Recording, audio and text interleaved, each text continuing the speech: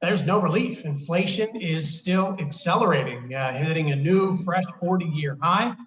Consumer prices up almost 8% in the last year. And this was for February. So the recent run up that we've seen in commodity products, most notably oil, but also other agricultural commodities, that's not something that's yet fully reflected. So at this point, it looks like further acceleration next month and maybe for the next couple of months is all but guaranteed.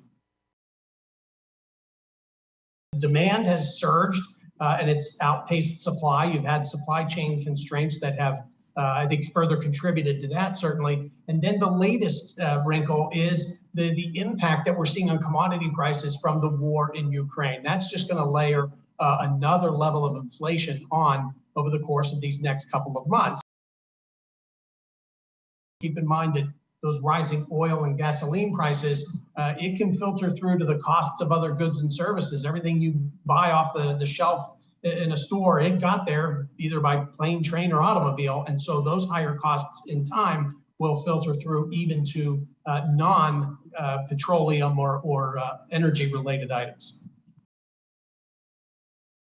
The numbers that we see in the inflation index in shelter, for example, I think the worst is yet to come there because we typically see a lag.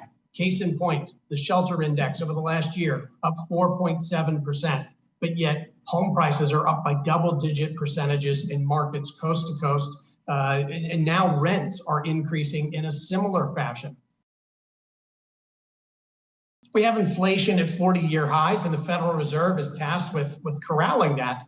They've got a couple of problems that they're going to have to deal with. One, a lot of this inflation is not demand-based. Some of it is, but a lot of it is based on supply. And now with further disruptions to commodities because of the war in Ukraine, neither of those are things that the Fed can fix. And it's going to take multiple rate increases to really dull demand enough to have a noticeable impact on inflation.